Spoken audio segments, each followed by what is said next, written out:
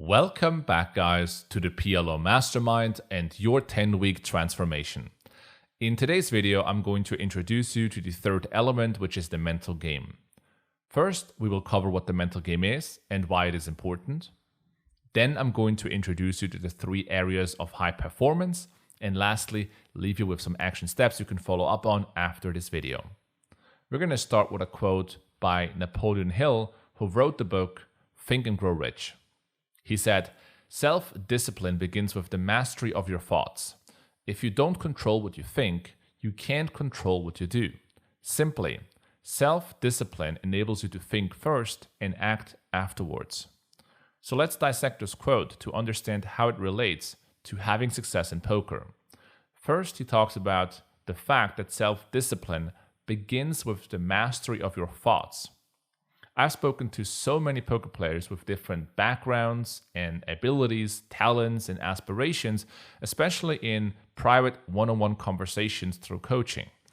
And most poker players label themselves as lazy, oftentimes unproductive, certainly not structured or self-disciplined. That is a huge problem because, as Napoleon Hill says here, self-discipline starts with the mastery of your thoughts. So he talks about the way you think about yourself or the dialogue you have with yourself is often the limiting factor. So if you want to do something, you have to first of all identify as a person who does it. So if you want to execute a self-disciplined life or work life, then you have to first of all identify as someone who is that person. You always want to be congruent with your thoughts. Deep down, that is a natural bias that humans have, which means you always want to be the person you think you are and be congruent with that. And if you think you are lazy, then you're going to be lazy. So we have to really work on the ground level of your mind, and that's what we're going to do in the next 10 weeks in order to fix the self-dialogue you have. You have to talk to yourself in a productive way and fashion. And that always starts with a clear thought process. And that rolls right into the second sentence. He says, if you don't control what you think, you can't control what you do. So here he talks about clarity. Humans have around 50 to 80,000 different thoughts a day. And it's going to be incredibly difficult for you to be productive and focused on what you truly want if you lack clarity.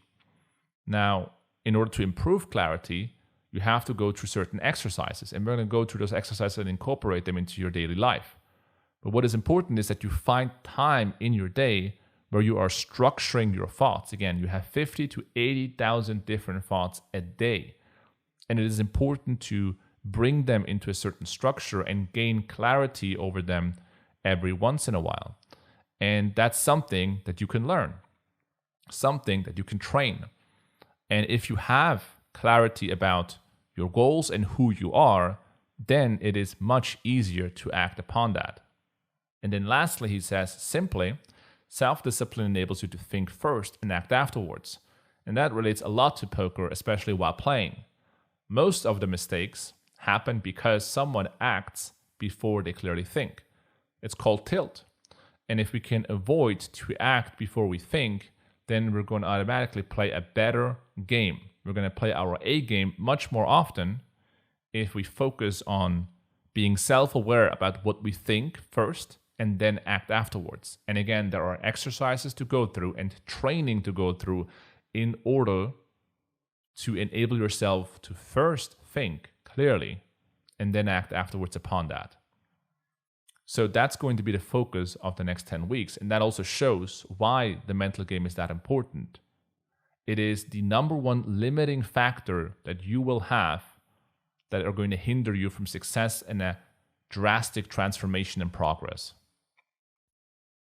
Next up, I'm going to introduce you now to the 3 high performance areas. So in the next 10 weeks, when we work on the mental game, we're going to focus on these 3 areas because they are the most important ones to improve your mental game and your performance. On the left-hand side, we have pre-game routines. In the middle, we have in-game routines. And on the right-hand side, we have post-game routines. Pre-game routines usually talk about a window around 1 hour before you're actually playing. And in here, we have topics such as session planning. How long do you play? How many breaks will you have? How many sessions will you have? Is there a certain stop loss included? Do you want to focus on a specific stack size? Do you have strategical reminders with you that help you to stay on path? And then also environmental optimizations, such as how do you improve your workspace so that you are fully focused and not distracted? How do you make sure you stay hydrated when you are playing? Do you have water and snacks with you? And so on. Or what kind of music are you listening to as well? And then we will talk also about meditation and exercise. What makes sense to do before you play in order to fully optimize for playing poker. In-game routines relate to what you do while you're actually playing. And we will talk about and introduce a tilt control protocol. So basically a list of items to look at and focus on while you're playing to make sure that you stay on the path and that you always stick to logic instead of focusing too much on your emotions. Then we will also learn how to improve your awareness while you're playing, which means to really hone in on your emotional charge and really understand how you are right now performing at this very moment and if that is optimal or not and how you can quickly adjust that. We'll talk about breathing exercises. We will talk about gaining more clarity and getting rid of fog, getting rid of emotional charges that happen from different types of tilts. When you lose a big hand or when your opponent takes a line that specifically annoys you or when you don't know what to do in a specific spot, like how do you get rid of all these emotionally charged situations that potentially put you in danger to get into a situation where your emotional brain takes over your logical brain. Then we will also talk about how to maintain motivation while you're playing. So let's say you are 2 or 3 hours into the session and you feel like you probably want to quit, maybe because you're up a bunch or maybe because you feel like you're getting tired right now. How do you make sure that you can really maintain the motivation to stick to the actual planning that you put in ahead of time? We'll talk about breaks and how to optimize those as well, and hydration and food while you're playing / in the breaks. And then lastly, post-game routines.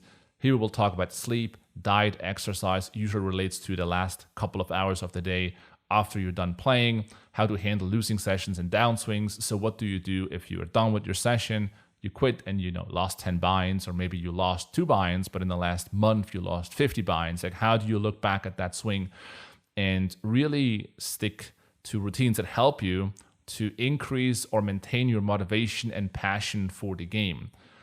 Motivation and passion for poker doesn't just come automatically. You have to also work on that. And sometimes we feel very stressed because of the results, specifically short-term results, and that can have a big impact on the motivation we have to improve on the game, to play the game in the first place, and we want to avoid to get into that state of mind. So these are the 3 areas we're going to spend a ton of time with in the next 10 weeks. Now to the action steps of today's video. First, I want you guys to order the books, The Mental Game of Poker 1 and 2 by Jared Tendler. It's an absolute steal, a very cheap book comparatively to, for example, one-on-one coaching in the mental game space, and packed with so much relevant information for poker. It really helped me to elevate my game since back in 2010 or 11 when I started working with Jared and really reading into the books and understanding the concepts behind it. I cannot replicate what he has done in those 2 books in these courses or in the next 10 weeks. We're going to focus in the next 10 weeks on quite practical items, quite practical exercises. But if you want to get into and you really should, into the depths of these different elements of the mental game, you should definitely check out these 2 books. And I want you to read them alongside with the 10-week program that you are in right now. So order the books, The Mental Game of Poker 1 and 2, either in paperback or in an ebook format, and make sure to start reading and taking notes. Then second, start listening to the Mental Game of Poker podcast by Jared Tendler.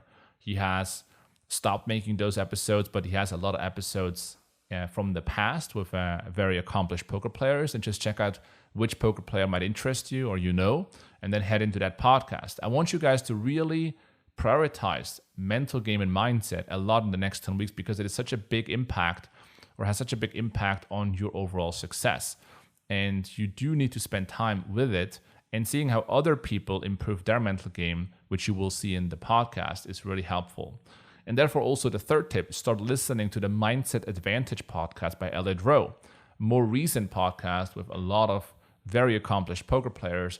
He has a different approach to Jared Tendler, but it's good to look into different approaches to see what fits you best and helps you best to improve your performance at the table. And then download the app Primed Mind and start listening to one episode at least. It's also going to be for free, just as the 2 podcast items before. But I want you guys to just, see what is out there that could help you to improve your mental game. And in the end, your routine does not have to incorporate all those elements. You don't have to listen to all the podcasts and use all sorts of different focus, visualization, and meditation apps. But I want you guys to experiment so that you have an understanding of what is out there on the market and what can potentially help you. And then lastly, print the high performance areas. Again, these are extremely important, not only for the next 10 weeks, but also for you to understand and prioritize when it comes to working on your overall game, on your overall goal. You always want to think about, am I optimizing my pre-game, in-game, and post-game routines, or what can I do in order to improve and optimize those further to then improve your performance? That's it for today's video. Go through these action steps, take the time to do it, and start listening to these podcasts, reading the books, and start your first session in the Primed Mind app. We'll see each other in the next video. Fernando, over and out for the PLO Mastermind.